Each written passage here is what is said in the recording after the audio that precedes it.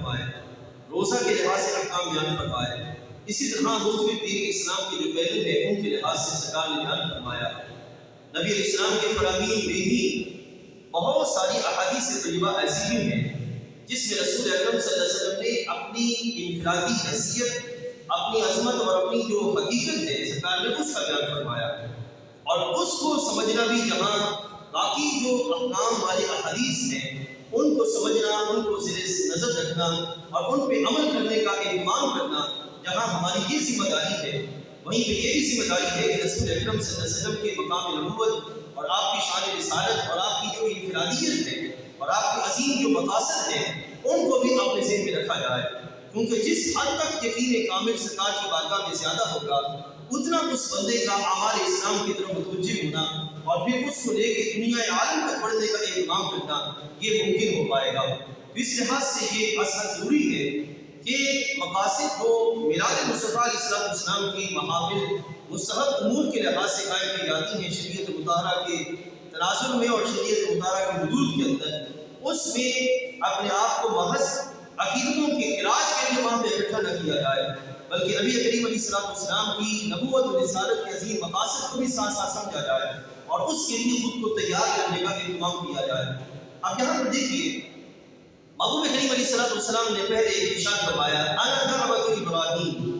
میں ابراہیم علیہ السلام کی دعا ہوں۔ اب یہاں محبوب کریم علیہ السلام کس طرح سے ارشاد فرما رہے ہیں؟ پہلے پارے کے اندر سورۃ البقرہ میں رب ذوالجلال جل وعلا ارشاد فرماتا ہے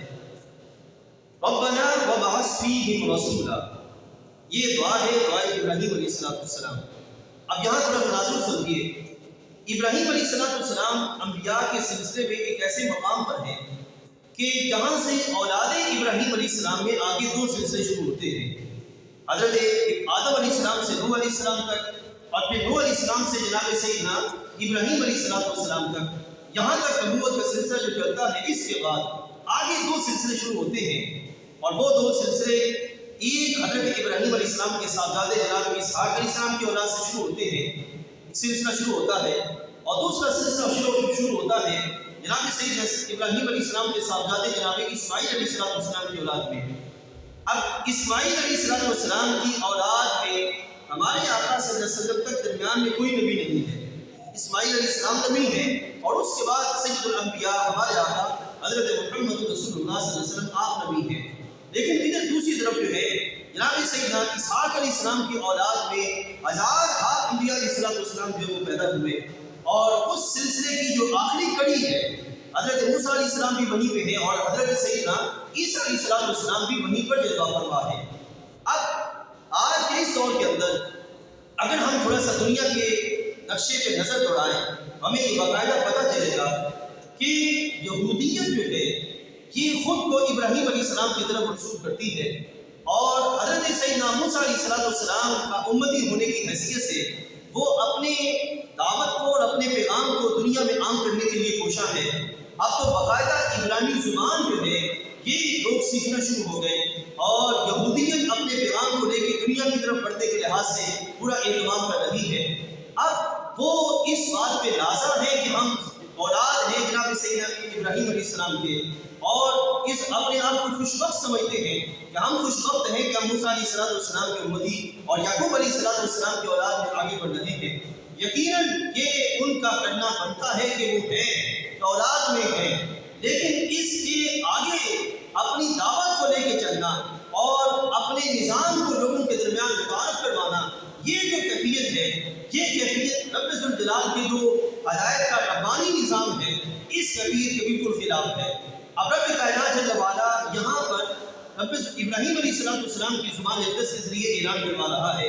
کہ خالق کائنات ارشاد فرماتا ہے وَإِذْ يَرْفَعُ إِبْرَاهِيمُ الْقَوَاعِدَ مِنَ الْبَيْتِ وَإِسْمَاعِيلُ، کہ جب ابراہیم علیہ السلام نے اور ان کے صاحبزادے جناب اسماعیل علیہ السلام نے ایک گھر کی بنیادیں بلند کی، اب وہ گھر کون سا ہے؟ اس گھر سے مراد جعلنا البیت مثابۃ للناس وامنا واتخذوا من مقام ابراہیم مصلی، وہ گھر مکہ مکرمہ ہے، بیت اللہ شریف ہے، جہاں کی جو بنیادیں بلند ہو رہی ہیں۔ اب ان بنیادوں کو بلند کرنے کے بعد جناب ابراہیم علیہ السلام نے وہیں پہ کھڑے ہو کے جس ذات اقدس کے لیے دعا مانگی تھی وہ کون سی ذات تھی؟ رب ذوالجلال جل وعلا بیان فرماتا ہے ربنا وابعث فیہم رسولا. اب یہاں فیہم کی جو ضمیر ہے یہاں پہ مراد ہے اہل مکہ کہ ان کے اندر ایک رسول کریم علیہ السلام جو ہے وہ مبعوث فرما. اب اس سے مراد فیہم کہ ربنا وابعث فیہم کہ ایسے رسول کریم علیہ السلام ہو جو ان میں ہو جن کو یہ پہچانتے ہو, جن کی حقیقت یہ سمجھتے ہوں اور جن کے نسب اور جملہ معاملات کے لحاظ سے یہ خبر رکھتے ہوں, ان کے درمیان ایک رسول کریم علیہ السلام مبعوث فرما. اب یہاں پر یہودیت اپنے یہودی اپنی یہودیت کو لے کر سارے نظام کی طرف جو پھرنے کے لیے کوشاں ہیں, اور آپ باقاعدہ دیکھتے ہیں ہماری حکومتوں میں ایسے افراد موجود ہیں اور ہماری ایلیٹ کلاس کے جو لوگ ہیں وہ یہودیت کی طرف متوجہ ہو رہے ہیں. ایک ہے یہودی نظام کو اپنانا, ایک ہے یہودیت کی طرف قائل ہونا, اس کی طرف مائل ہو جانا. اس وقت قیامت تک کے لیے جو نظام اللہ کی بارگاہ سے ان افراد کے لیے جاری کیا گیا اور جس کے لیے ہمیں مجموعی طور پر کوشش کرنی ہے اور جو نظام ساری انسانیت کا حق ہے وہ نظام دین اسلام ہے. لیکن یہودیت اٹھ کے اپنے نظام کو سارے نظام کی طرف جو ہے وہ لے کے بڑھنے کے لیے کوشاں ہے. اب یہاں رب کائنات جل وعلا کہ ابراہیم علیہ السلام اس بات کی دعوت دے رہے ہیں ربنا وابعث فیہم رسولا. اے رب کائنات جس گھر کو میں نے بنا دیا اب اس گھر میں ایک رسول کریم علیہ السلام مبعوث فرما. اب جس رسول کریم علیہ السلام کی طرف جناب ابراہیم علیہ السلام دعا کر رہے ہیں اے اللہ ایسا رسول کریم علیہ السلام مبعوث فرما اس گھر کے لحاظ سے, تو سرکار ارشاد فرماتے ہیں وہ کوئی اور رسول نہیں ہے, انا دعوت ابراہیم. جس رسول کریم علیہ السلام کے لیے جناب ابراہیم علیہ السلام نے دعا مانگی تھی وہ جناب موسیٰ نہیں ہے, وہ جناب عیسیٰ نہیں ہے, وہ میں محمد رسول اللہ صلی اللہ علیہ وسلم. لہٰذا ابراہیم علیہ السلام نے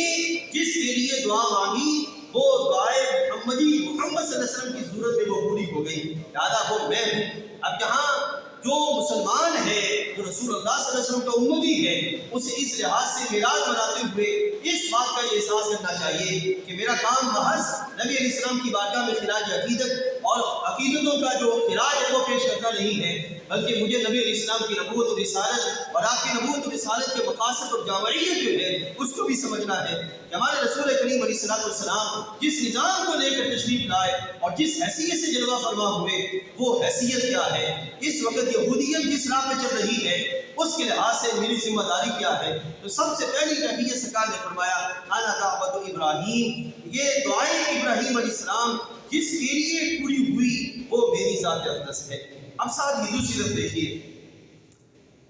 اس حدیث طیبہ کا دوسرا حصہ وہ آپ فرماتے ہیں سرکار صلی اللہ علیہ وسلم انا دعوت ابراہیم و بشارت عیسیٰ. عیسیٰ علیہ السلام نے جس ذات کے لیے بشارت دی تھی وہ میری ذات ہے. اب دیکھیے حضرت سیدنا عیسیٰ علیہ السلام بنی اسرائیل میں جتنے بھی انبیاء آئے ان انبیاء میں سے سب سے آخری جو نبی ہیں وہ حضرت سیدنا عیسیٰ علیہ السلام ہیں, اور آپ کے بعد ہمارے نبی علیہ السلام تک درمیان میں کوئی نبی نہیں آیا, روئے زمین پہ کوئی نبی نہیں تھا, اور اس کے درمیانی جو فاصلہ ہے وہ قریب 650 سال یا 650 سال کا درمیانی فاصلہ ہے. اب حضرت سیدنا عیسیٰ علیہ السلام تک جو نبی آئے یعنی کہ سلسلہ نبوت جو بنی اسرائیل میں تھا اس کی جو سب سے آخری کڑی ہے وہ جناب سیدنا عیسیٰ علیہ السلام ہے. اب عیسیٰ علیہ السلام کے بعد آگے جو ہدایت کا ربانی نظام ہے وہ کس طرف ہے, کس ذات کی طرف ہے, اور ابراہیم علیہ السلام کے بعد جناب عیسیٰ علیہ السلام نے کس ذات کی طرف لوگوں کو متوجہ کیا کہ رب ذوالجلال نے تمہارے لیے جو ہدایت کا نظام رکھا ہے اب اس کائنات کے اندر اس کا نمائندہ کون ہوگا, اس کا پیغمبر کون ہوگا, کون اس کے پیغام کو لے کے آئے گا کہ جو تمہارے لیے ظاہر اور باطن میں روشنی کے سبب ہوگا. اس کے لحاظ سے جناب سیدنا ابراہیم عیسیٰ علیہ السلام نے باقاعدہ قرآن مجید کے اندر یہ موجود ہے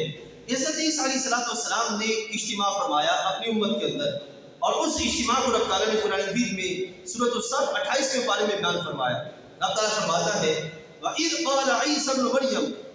اور جب کہا عیسیٰ ابن مریم نے یا بنی اسرائیل, اب خطاب کس طرف ہے؟ بنی اسرائیل کی طرف, ساری دنیا کی طرف نہیں. یہ نہیں فرمایا کہ یا ایھا الناس, یہ نہیں فرمایا, بلکہ فرمایا یا بنی اسرائیل. اس کی وجہ کیا ہے؟ وجہ یہ ہے کہ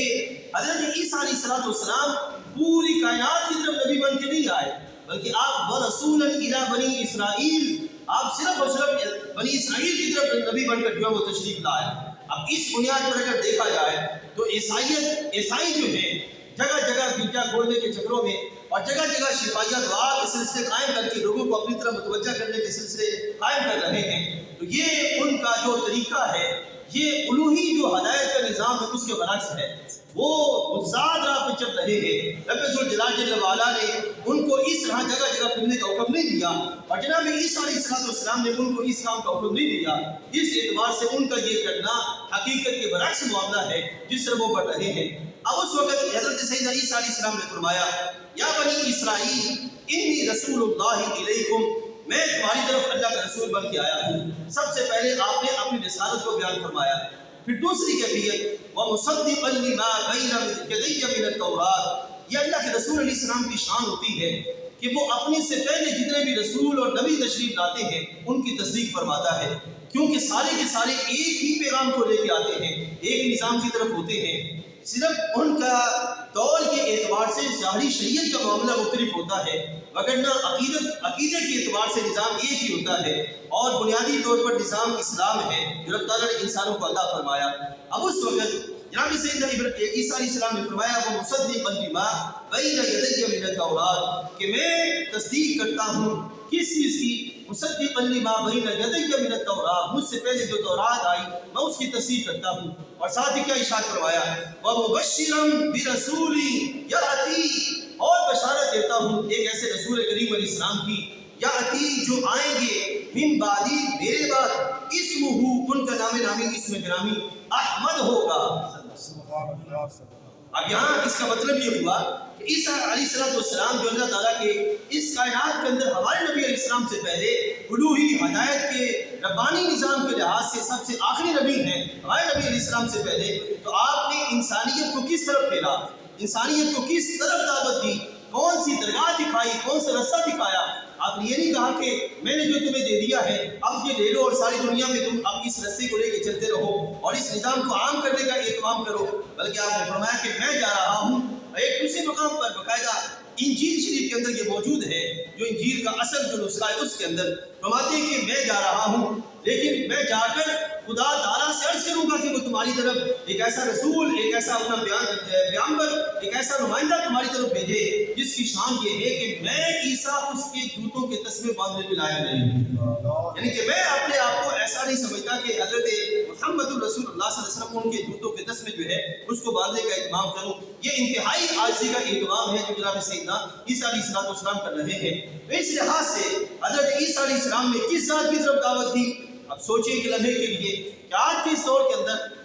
عیسائیت کی بنیاد پر اگر کوئی نظام قائم ہو، یا عیسیٰ جو عیسائی ہیں وہ اسلام کے متصادم اسلام کے مقابلے میں کوئی نظام وضع کر کے لوگوں کے درمیان رکھیں اور ہمارا مسلمان بھاگتا ہوا اس نظام کی طرف بڑھے، تو اس کا مطلب یہ ہے کہ اس کو نظام اسلام کی جامعیت کی خبر ہی نہیں ہے، اور اس کو رسول کریم علیہ السلام کی آمد اور بعثت کی حقیقت کی خبر ہی نہیں ہے، وہ دوسرے نظاموں کی طرف بھاگ رہا ہے۔ حضرت عیسیٰ علیہ السلام نے تو اپنے وہ جو سچے حواری تھے ان کو کس کی طرف دعوت دی تھی؟ حضرت عیسیٰ علیہ السلام نے دعوت دی تھی کہ میں تمہیں اپنے بعد بیت المقدس شریف کی طرف یا محض فلسطین پر قبضہ کرنے کی دعوت نہیں دیتا، بلکہ آپ نے فرمایا تھا کہ میں تمہیں اپنے بعد ایک ایسا رستہ دکھاتا ہوں، ایک ایسا مقام بتاتا ہوں اور ایک ایسی جگہ کی خبر دیتا ہوں جہاں پہ ایک ایسی شخصیت تشریف لائیں گی جن کا نام نامی اسم گرامی احمد ہوگا صلی اللہ علیہ وسلم۔ اگر میرے بعد تم نے ہدایت کے الوہی نظام کی روشنی لینی ہے جس سے آنکھیں بھی روشن ہو، کردار بھی روشن ہو،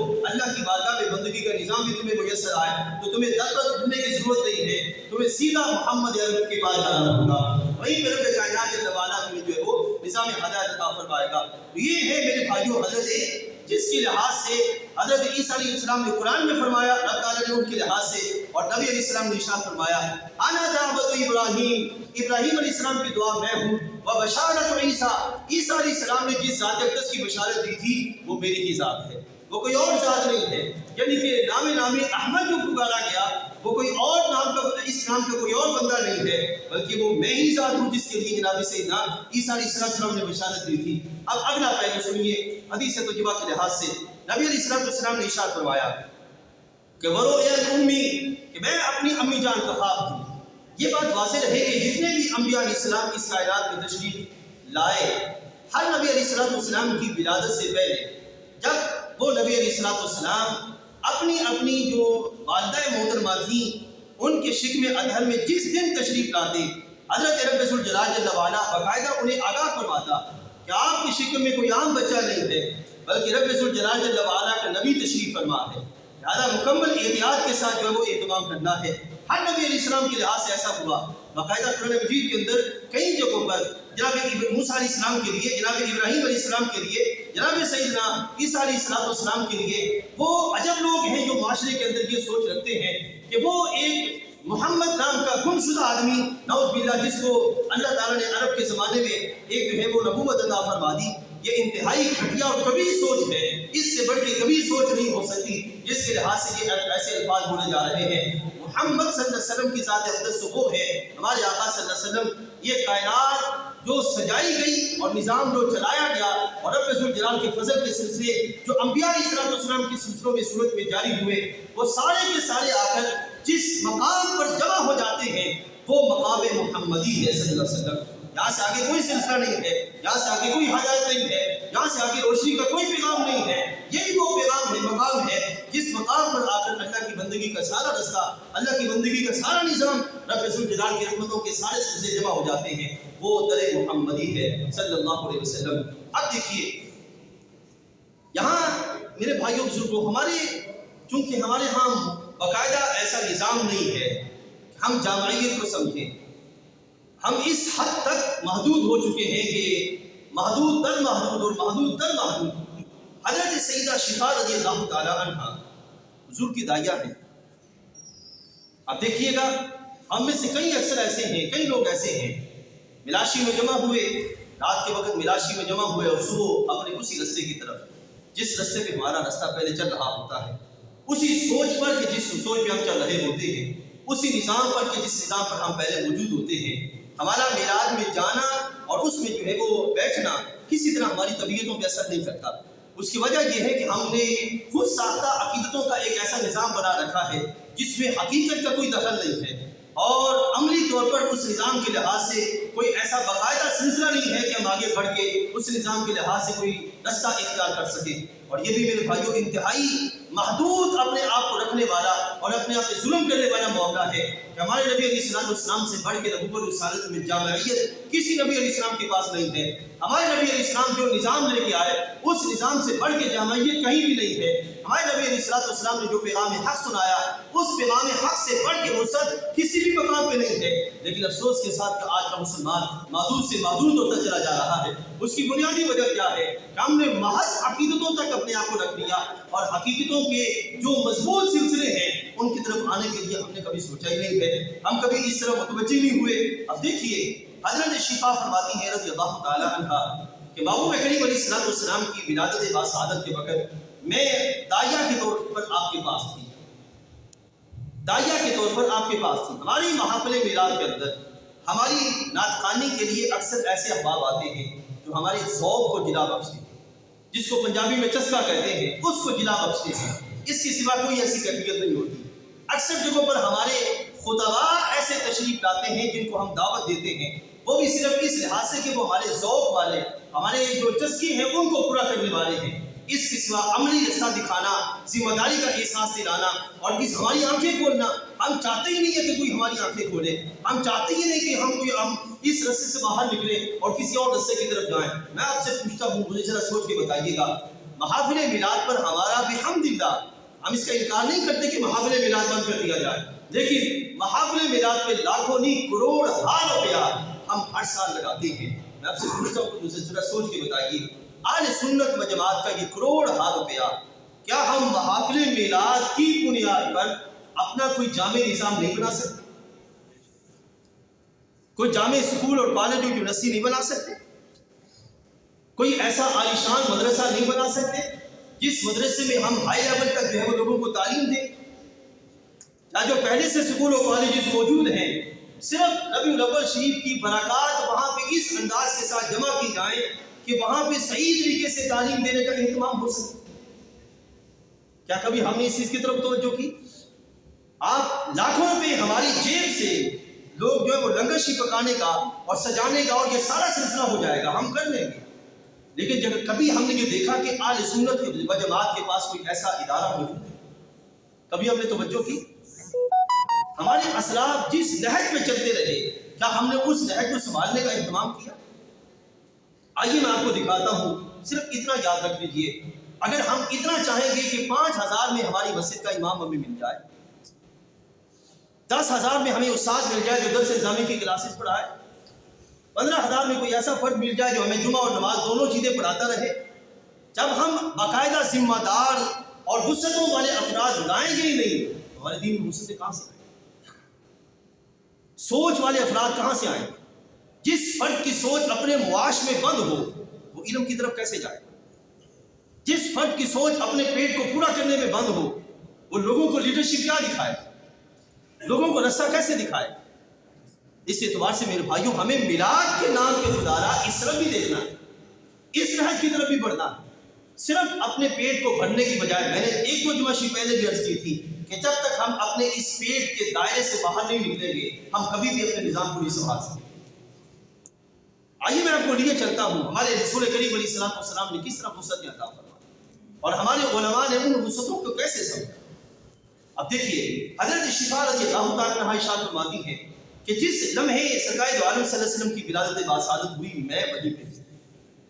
میں نے وہ عظیم منظر دیکھا، رب ذوالجلال کی فضل کے سلسلے میں نے دیکھے، خالق کائنات جل وعلا کی کرم نوازیوں کے سلسلے میں نے دیکھے، اس وقت قدرتوں کے جو عجیب تر مناظر سامنے آئے میں نے وہ دیکھے۔ حضرت شفا فرماتی ہیں کہ میں نے وہ منظر اپنی آنکھوں سے اوجھل نہیں کیے، ذہن کی سطح سے میں نے مٹائے نہیں، بلکہ اس کو اپنے ذہن میں رکھا، جہاں تک کہ رسول کریم علیہ السلام کی 40 سالہ ظاہری جو حیات طیبہ کا زمانہ آ گیا اور نبی علیہ السلام نے نبوت کا اعلان فرمایا۔ اب شفا فرماتی ہے کہ جس لمحے سرکار کی نبوت کا اعلان میرے سامنے آیا مجھے سرکار کو نبی ماننے کے لحاظ سے کوئی دقت محسوس نہیں ہوئی۔ بھلے کیوں؟ اس لیے آپ فرماتی ہیں جس وقت وقت ولادت جو شان رب نے ان کے لحاظ سے ظاہر کی تھی وہ شان میرے ذہن میں تھی، اور جس وقت سرکار نے نبی ہونے کا اعلان کیا تو میں سمجھ گئی کہ واقعی اللہ کے رسول علیہ السلام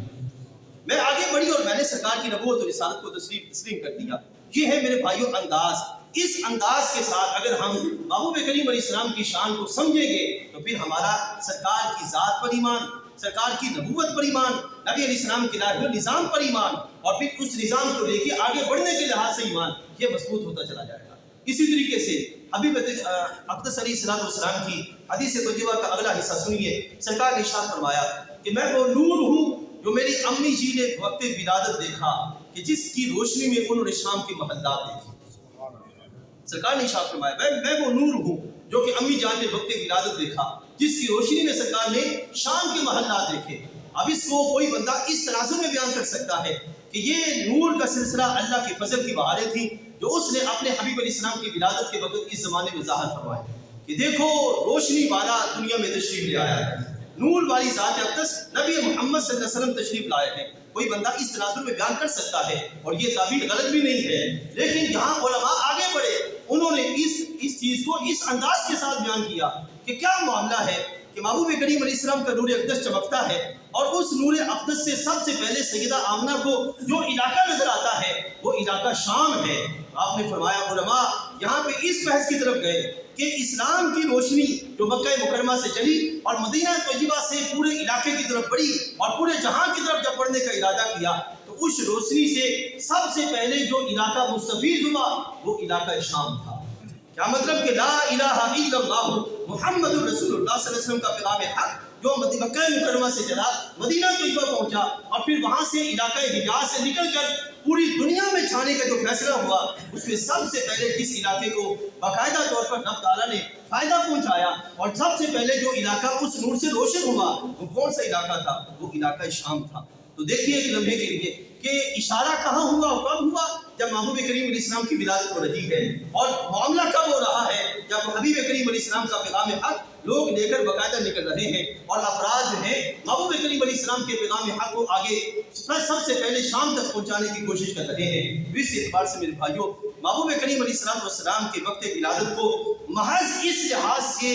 گزار دینا ہم سرکار کی بارگاہ میں عقیدتوں کا خراج پیش کر رہے ہیں، یقیناً یہ ایک کام ہے لیکن اس سے بڑا کام یہ ہے کہ اپنی فکر کو تیار کیا جائے، اپنے عمل کو تیار کیا جائے، اپنی ذات کو تیار کیا جائے۔ مجھے آپ سوچ کے بتائیے، ہم میں سے کتنے ہیں جنہوں نے ذہنی طور پر اپنے آپ کو اسلام کے لیے تیار کر رکھا ہے؟ کتنے ہیں جنہوں نے قلبی طور پر اپنے آپ کو اسلام کے لیے تیار کر رکھا ہے؟ کتنے ہیں جنہوں نے ہم نے اپنی اولادوں کو دین اسلام کے لیے تیار کرنے کا اہتمام کر رکھا ہے؟ کتنے ہیں جنہوں نے ہم نے یہ نیت بنا رکھی ہے کہ اگر میرے پاس پیسہ آیا میں اس کے لحاظ سے اسلام کی خدمت کا باقاعدہ اہتمام کروں گا؟ یہ ساری کی ساری سوچیں ہماری ذہنوں میں جو نہیں ہے، اس کی وجہ یہی ہے کہ ہم نے اپنے آپ کو محدود کر رکھا ہے۔ اس اعتبار سے میرے بھائیوں، ہم نکلے، میلاد کا مقصد ہرگز یہ نہیں ہے کہ ہم محض جھنڈے لگائیں، محض لڑیاں لگائیں، محض لنگر کھائیں اور اپنے گھروں میں جا کر آرام کر کے سو جائیں۔ میلاد شریف کا یہ مقصد نہیں ہے۔ یہ سارا کرنے کے ساتھ ساتھ میلاد کا مقصد یہ ہے کہ رات کو اس بندہ